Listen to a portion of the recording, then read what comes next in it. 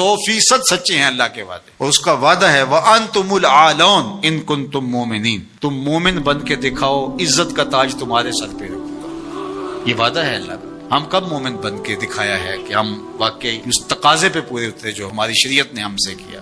ملاوٹ ہم کریں، جھوٹ ہم بولیں، ایک دوسرے کی جڑیں ہم کاٹیں، مکر، فریب، دجل، کیا کچھ نہیں ہے جو ہمارے اندر نہیں ہے۔ اچھے مسلمان ہونا تو دور کی بات ہے، ہم اچھے انسان بھی نہ بن سکے۔ مسلمان کی تعریف کیا کی گئی؟ المسلم من سلم المسلمون من لسانہ ویدہ، جس کی زبان سے اور جس کے ہاتھ سے دوسرا مسلمان محفوظ ہے، وہ مسلمان ہے۔ اور ہم دیکھیں کہ جہاں ہمارا بس چلے تو ہم کاٹ کے نہیں رکھ دیتے، ہم کیسے مسلمان ہیں؟ حضور علیہ السلام سے پوچھا گیا کہ مسلمان بزدل ہو سکتا ہے؟ کہا نہیں، بہادر ہوتا ہے، لیکن ہو سکتا ہے کبھی بزدلی بھی کر جائے، آخر بشر ہی تو ہے۔ پھر پوچھا گیا کہ مومن کنجوس ہو سکتا ہے؟ کہا نہیں، مسلمان بخیل نہیں ہوتا، سخی ہوتا ہے، لیکن ہو سکتا ہے کبھی بخل بھی کر جائے۔ تیسری بات حضور سے پوچھی گئی، مومن جھوٹا ہو سکتا ہے؟ حضور فرمایا جھوٹا نہیں ہو سکتا، یہ طے شدہ بات ہے، یہ پکی اور دو ٹوک اور سیدھی بات ہے کہ مومن ہو جھوٹا ہو، یہ نہیں ہو سکتا۔ اب ذرا میں اور آپ اپنے اندر اتر کے دیکھیں، آج بہانے بنائے۔ تاجر کہتا ہے جھوٹ نہ بولے تو سودا ہی نہیں بکتا، یہ جاپان بیچ رہا ہے بغیر جھوٹ کے، تم کیوں نہیں بیچ سکتے؟ تم نے خیانت کی ہے، تم نے مال 2 نمبر بنایا، اس لیے تمہیں جھوٹ بولنا پڑ رہا ہے۔ تم نے بنیاد ہی اچھی نہیں رکھی، پوری دنیا کے سودے سچ بول کے بک رہے ہیں، تمہیں جھوٹ کیوں بولنا پڑتا ہے؟ تو جو جہاں بیٹھا ہے وہ لوٹنے بیٹھا ہے۔ جب میں کہتا ہوں الہی میرا احوال دیکھ، حکم ہوتا ہے اپنا نامہ اعمال دیکھ۔ اگر کافر آج دنیاوی شان و شوکت حاصل کر گئے تو دیکھو کہ انہوں نے محنت کی، اور تم جب ہاتھ پہ ہاتھ دھر کے بیٹھ جاؤ گے تو پھر اللہ کا ضابطہ یہ نہیں ہے کہ وہ محنت کرنے والوں کو محروم رکھے اور نکموں کو نواز دے۔ تنے مردہ سے بیزار ہے حق، تنے مردہ سے بیزار ہے حق، خدائے زندہ زندوں کا خدا ہے۔ من جہادہ وجدہ، جس نے محنت کی اس نے پا لیا۔ چیونٹی بھی دانا اٹھاتی ہے، ہمت نہیں ہارتی تو بالآخر اپنی منزل تک لے جاتی ہے نا۔ چیونٹی بھی ہو ذات کی تو اس کو بھی نتیجہ خیزی تک رب پہنچاتا ہے۔ کچھوا بھی چلتا رہے تو منزل پہ پہنچتا ہے، خرگوش ہو کے سویا رہے تو وہ منزل پہ نہیں پہنچ سکتا۔ تم خرگوش صحیح لیکن سوئے ہوئے ہو، لہذا منزل تمہارا مقدر ہو ہی نہیں سکتی جب تک تم مسلسل چلنے کی مشق نہیں پیدا کرتے۔ وَأَنْتُمُ الْأَعْلَوْنَ، تم ہی سر بلند ہو، لیکن شرط یہ ہے ان کنتم مومنین، تم مومن تو بن کے دکھاؤ، تمہارے سر پہ عزتوں کا تاج رکھ دوں گا۔ آج ذرا دیکھیں ہم کھڑے کہاں ہیں، تھوڑے سے حالات سخت ہونے لگتے ہیں تو تاجر ذخیرہ اندوزی کرنے لگ جاتا ہے، اور مانگتے ہو وہ شانیں، مانگتے ہو وہ عزتیں جو قرون اولیٰ کے مسلمانوں کو دی گئی، ذرا وہ کردار بھی تو لے کر کے آؤ نا۔ تم تو ذخیرہ اندوزی کرنے بیٹھ گئے کہ زیادہ سے زیادہ پیسے کما لیں اور غریبوں کا خون بھی نچوڑ لیں۔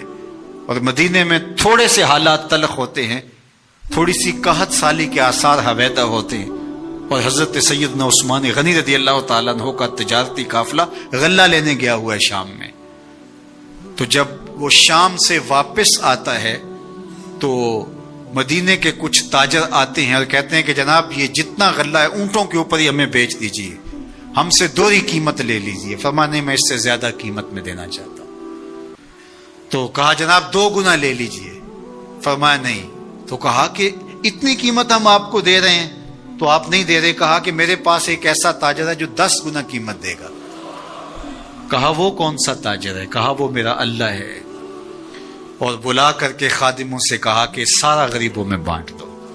یہ تاجر تھے عثمان غنی، آج بھی عثمان غنی ہے۔ میں آپ کو بتاؤں مدینہ المنورہ کے بینک میں حضرت عثمان غنی کا آج بھی اکاؤنٹ کھلا ہوا ہے۔ 1450 سال بیت گئے، ان کا اکاؤنٹ آج بھی چل رہا ہے۔ بیر عثمان جو مزرعہ عثمان ہے، جس میں وہ بیر عثمان تھا جو خرید کے وقف کیا تھا، وہ آج بھی وقف ہے، اور وہ کسی کے نام نہیں ہے، وہ حضرت عثمان غنی کے نام ہے، اور اس کی ساری آمدنی حضرت عثمان غنی رضی اللہ تعالی عنہ کے نام پر جو بینک میں اکاؤنٹ ہے اس میں جاتی ہے، اور پھر ادھر سے خیریہ میں آتی ہے اور غریبوں میں بٹتی ہے۔ ایسا غنی آج بھی اس کی سخاوت جاری ہے۔ غنی ایسا بھی دیکھا، یہ ذخیرہ اندوز جو لوگوں کے خون بھی نچوڑ لیتے اور بوٹیاں بھی نوچ لیتے، آج مرے کل 10واں دن، بعد میں کوئی ان کو جانتا بھی نہیں ہوتا ہے. تو اس ذخیرہ اندوز لوگوں کی یوں بوٹیاں نوچے گا اور خون نچوڑے گا اور کہے گا کہ اللہ کی رحمت نازل ہمارے اوپر کیوں نہیں ہوتی. تو کس طرح تمہارے اوپر رحمت نازل ہوگی؟ اس کا وعدہ ہے اور اس کے سچے وعدے ہیں. وَأَنْتُمُ الْأَعْلَوْنَ، تم ہی سربلند ہو. ان کنتم مومنین، اگر تم مومنانہ زندگی بسر کرو تو دیکھو عزتوں کا تاج تمہارے سر پہ ہم کیسے رکھتے. کفار مکہ وجود باری کا انکار نہیں کرتے تھے، یعنی اللہ کے وجود کے منکر نہیں تھے. وہ بتوں کو ساتھ شریک کرتے تھے. وہ کہتے تھے کہ اللہ موجود ہے، کار ساز حقیقی ہے، لیکن یہ بت بھی اس کے ساتھ کاموں میں شریک ہیں. اس وجہ سے وہ مشرک ہوئے. اس کی ذات میں کیا اس کی صفات میں کسی کو شریک مانا جائے تو بندہ مشرک ہو جاتا ہے، کافر ہو جاتا ہے. دوسرا، وہ رسالت کے منکر نہیں تھے، نفس رسالت کے، کہ رسول نہیں ہوا کرتے. وہ کہتے رسول ہوا کرتے ہیں، آیا کرتے ہیں، ماضی میں بھی آئے ہیں، اب بھی آ سکتے ہیں، لیکن آپ نہیں ہو. تو رسالت کے منکر نہیں تھے، انتساب کے منکر تھے. اور تیسری بات عقیدہ آخرت، اس کا وہ سرے سے انکار کرتے تھے. وہ کہتے تھے یہ تو ہو ہی نہیں سکتا کہ جب ہم مر جائیں، مٹی میں مل جائیں تو دوبارہ اٹھائے جائیں. تو وہ باس بعد الموت کا بالکل انکار کرتے تھے. وہ کہتے یہ تو بات سمجھ میں نہیں آتی، جب ہم مر جائیں گے، جب ہم مٹی میں مل جائیں گے، ہڈیاں ہماری دھل جائیں گی، تو دوبارہ کیسے ہمیں زندہ کیا جائے گا؟ یہ کیسے ہو سکتا ہے؟ نضر بن حارث باقاعدہ کسی قبرستان سے پرانی بوسیدہ سی ہڈی اٹھا لایا اور آقا کریم علیہ السلام کے سامنے آ کے کھڑا ہو گیا اور اس ہڈی کو توڑتا ہے اور اس کے ریزے زمین پہ گرتے ہیں اور کہتا کیا ہے؟ من یحیی العظام، ان ہڈیوں کو کون زندگی دے گا؟ وہی رمیم، جب یہ اتنی خستہ ہو گئی، بربری سی ہیں کہ ہاتھ کا لمس بھی گوارا نہیں کرتی اور گر پڑتی ہیں، تو ان ہڈیوں کو دوبارہ زندگی ملے گی؟ اب اس کا جواب سنیے. اللہ اکبر. رب کا کلام تو پھر رب کا کلام ہے. کل، اے محبوب فرما دیجئے، یحییھا الذی انشأھا اول مرہ وہو بکل خلق علیم. جب یہ ہڈیاں نہیں تھیں، اب تو ہڈیاں ہیں، اب تو میٹیریل موجود ہے، بکھر گیا ہے، ٹوٹ گیا ہے. جب یہ ہڈیاں بھی نہیں تھیں، اس وقت جس رب نے انسان کو بنایا تھا وہ ہڈیوں کو جوڑ کے بھی بنا لے گا. ذرا غور کیجئے، دلیل کی کاٹ دیکھیے، دلیل کا رنگ اور آہنگ دیکھیے. یہ تو کہتے ہیں ان ٹوٹی ہوئی ہڈیوں کو کون جوڑے گا، کون ان کو دوبارہ زندگی دے گا؟ یہ سوال وہ پوچھ رہا ہے. وَضَرَبَ لَنَا مَثَلًا، مثالیں کہاوتیں وہ بنا رہا ہے. وَنَسِیَ خَلْقَ، جو اپنی تخلیق کو بھولا ہوا ہے، جس کو یہ یاد ہی نہیں ہے کہ میں کون ہوں. ننھی بوند سے میری تخلیق ہوئی اور پھر ہڈیاں بھی بنی، گوشت بھی چڑھا اور پھر جو ہے وہ روح بھی پھونکی گئی. اگر یہ اپنی تخلیق پہ غور کرتا جو ہڈی اٹھا کے لایا ہے تو یہ سوال ہی نہ کر پاتا کہ یہ کہاں تھا اور یہ کیسے آیا. تو وہ ڈٹ کے انکار کرتے تھے عقیدہ آخرت کا.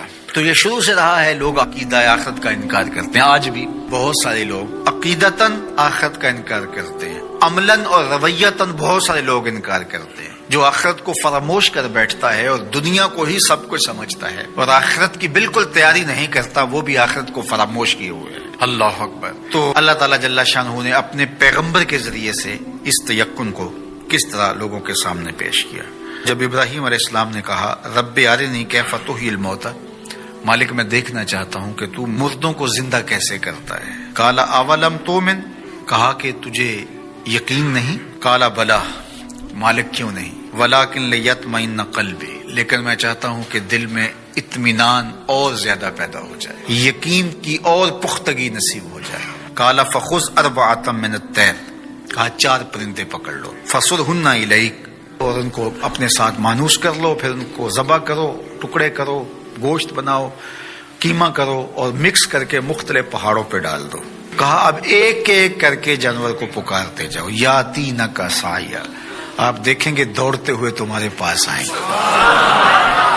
اب کسی کی ٹانگ کا قیمہ اس پہاڑ پہ ہے، کسی کی گردن کا قیمہ اس پہاڑ پہ ہے، کسی کے پروں کا قیمہ اس پہاڑ پہ ہے، کسی کے پیٹ کا قیمہ اس پہاڑ پہ ہے. لیکن جس جانور کو پکارا ادھر ادھر سے اس کے اجزاء نکلے، جڑے اور وہ دوڑتے ہوئے جناب ابراہیم کی خدمت میں پہنچے. تو کہا ہم ایسے ہی مردوں کو زندہ